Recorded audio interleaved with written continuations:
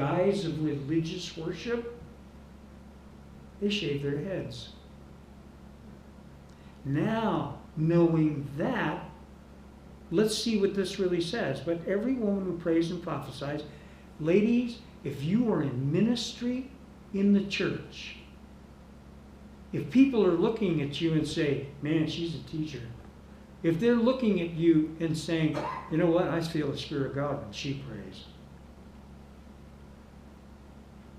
Don't be running around without a veil, sending mixed messages.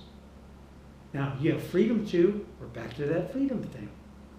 You have freedom not to wear a veil. But what will that communicate to others that see your godly teaching, your godly assembling together, your godly prayer? And they see this, and they're shocked, and they say, oh, you can practice prostitution and do that too? What impact does it have on others? You say, oh, wow, well, that was just specific to them. Well, hold your horses. I'm going to share something that for some, I don't know, it might irritate some people. You know what she's saying? Ladies, do what your society recognizes as saying, that's a godly woman in your dress. Now, guys, I'm going to reveal a secret to the ladies. Okay? I'm not a traitor. Ladies, men are visually stimulated by women. Surprise. Don't get all over your husband if a woman walks into the room or down the street and he looks at her. All godly guys know that we are hardwired to look, but it's what you do with it. A look is 2 seconds. When you start staring, you're wrong.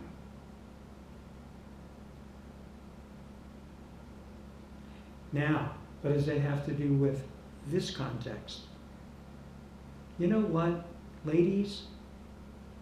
When there are those who have to be poured into their spandex, where every nook and cranny is absolutely obvious, it makes it really, really hard on Christian men.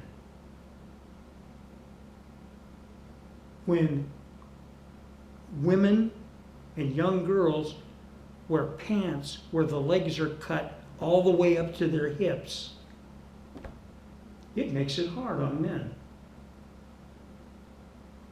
The devil uses that to try to drag their mind right into the gutter. Now, guys, am I telling the truth? Yep. Huh? Tell the truth, Alex. It's a fact. It is. And the takeaway from this for us in our culture today is, ladies, you want to help men in your life, men in your church, men on the street, you want to help them? Dress in a chaste fashion. Tell you what, man, I've seen some women in Walmart. They walk down the street, from the backside, it looks like they have 2 hogs in a sack fighting. It's terrible.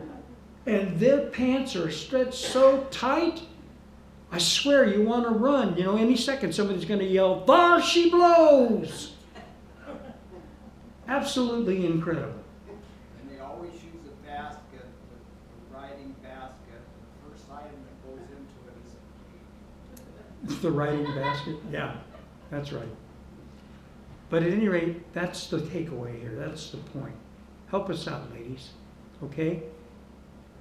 Now, the fact of the matter is, nobody's going to hide the fact that you're lovely. But you make it just a little easier to give it that 2-second look and not to stare. Okay. For if a woman is not covered, let her also be shorn. But if it is shameful for a woman to be shorn or shaved, let her be covered. So what is he saying here? Listen, if you're going to exercise your liberty not to wear a veil, and you're communicating that you're a hooker, you're going to do enough damage to your reputation and to the church. What the heck? Shave your head. But he says, but if you recognize that it's shameful for people to think that you're selling yourself because you're not using a veil, be covered. Don't exercise that right, even though you have freedom to do so. For a man indeed ought not to have his head covered. This is that Nazarite thing, okay? And at any rate, since he is in the image and the glory of God, but the woman is the glory of man. In other words, God created Adam first and then created Eve out of Adam. For man is not from woman, but woman is from man. This is back to that, and you didn't stand up, chump. You didn't do your part. For man is not from woman, but woman is from man. Nor was man created for the woman, but woman for the man. She was created to be his completer. Now I'm going to say something here. Unless God has given somebody a special gift, it is not natural for a man not to have a woman to help him through life. It's not natural. And the reality is, Paul recognizes this as he goes on. For this reason, the woman ought to have a symbol of authority on her head because of the angels. Now, what does that mean? I have no idea. And I'm going to tell you something else. Commentators that have tried to stretch this into some really kooky stuff, all the honest ones I know look at that and say, you know, we're not sure. We're not sure what the bit is about with the angels. Nevertheless, neither is man independent of woman, nor woman independent of man in the Lord. Godly men and godly women are usually best unless they have a special gift from God. Finding a godly man and finding a godly woman and being married.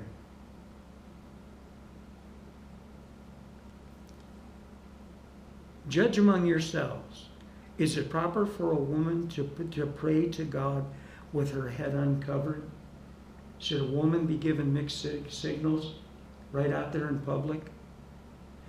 Does not even nature itself teach you that if a man has long hair, it is a dishonor to him? Now, he's talking about that Nazarite vow. He's talking about that was a symbol that you're willing to endure ridicule, shame for the cause of God. But if a woman has long hair, it's to her glory, for her hair is given her for a covering. Now, this scripture was used in the 60s to beat people upside the head who were hippies coming into Calvary chapels. As a matter of fact, the elders at the church that Chuck Smith was pastoring got all bent out of shape because they came in off the beach with dirty feet because the church was close to the beach, and they were ruining the carpet. So don't let those people come in here like that. Paul's answer was, they're listening to the gospel and they're getting saved. Rip the carpet out. That's not the point. And now he makes a statement that is absolutely like what Chuck Smith did. But if anyone seems to be contentious, we have no such custom, nor do the churches of God. That's us. So guys, if you want to have long hair, go ahead. Some of us with no hair, admire it. All right. Now he gets into the answering of another question. And it has to do with the taking of the Lord's Supper. And this is really serious. It is direction to people. But there is a historical context to this that is specific to cities like Corinth. Now, in giving these instructions, if you read it in the original language, it's commands. These are commands.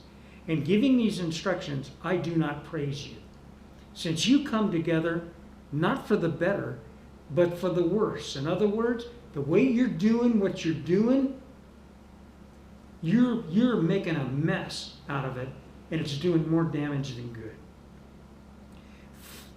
For first of all, when you come together as a church, that's not a building, when you come together with other believers, I hear that there are divisions among you.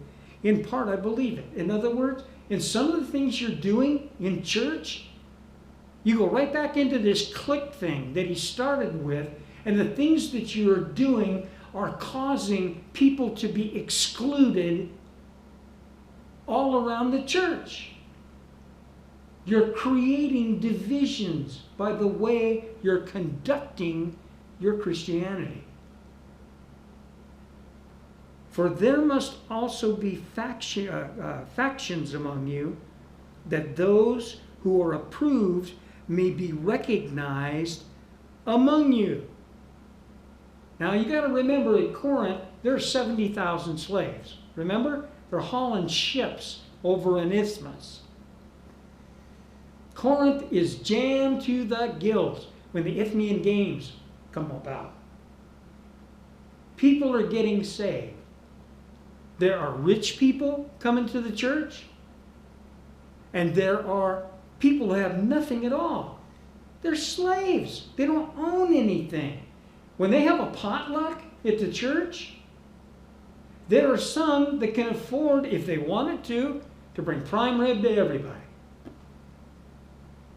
And there are some that are lucky to get a good solid meal a day because they're a slave.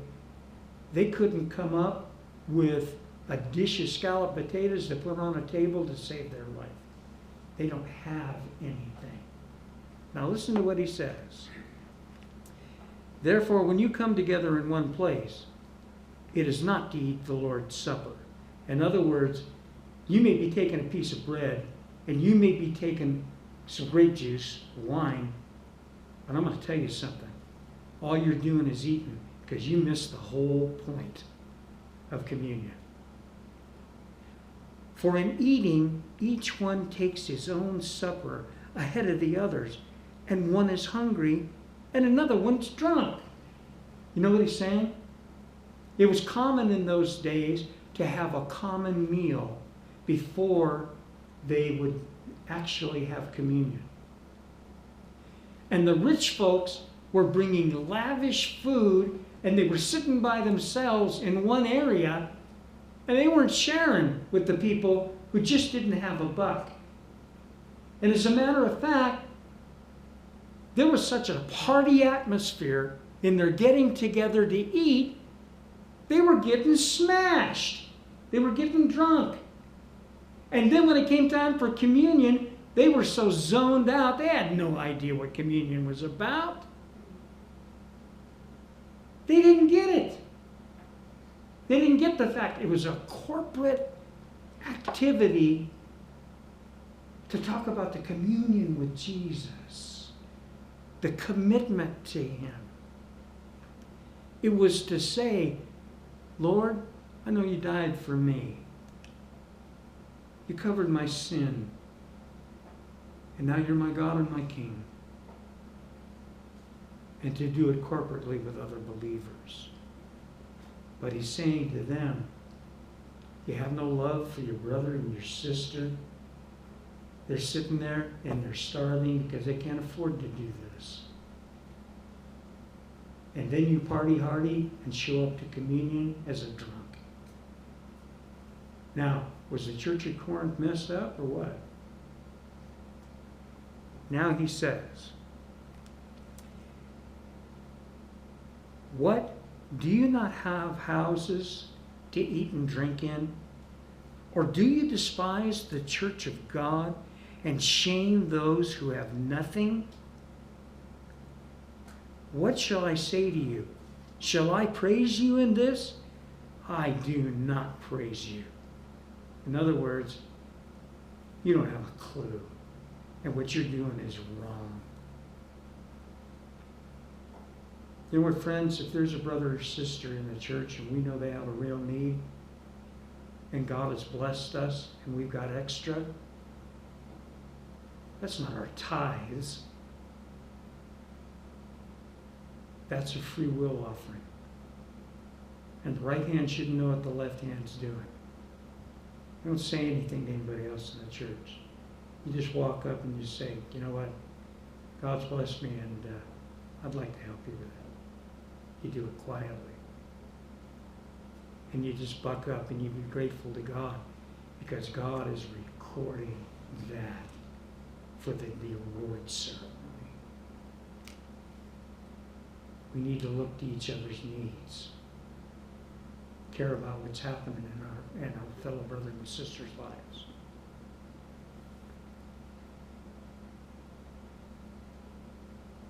Then in verse 23, for I received of the Lord that which I also delivered to you. Sound familiar? I say it every time we have communion. That the Lord Jesus, in the same night in which he was betrayed, took bread. And when he had given thanks, he broke it and said, take, eat. This is my body which is broken for you. Do this in remembrance of me. In other words, do this in remembrance of why I came to this earth. The fact that I wouldn't let anything get in my way of running my course as God laid it out. And I loved you so much. Loved you, church, so I died for you. That's what communion's about. For as often as you eat this bread and drink this cup, you proclaim the Lord's death till he comes. Therefore, whoever eats this bread or drinks this cup of the Lord in an unworthy manner will be guilty of the body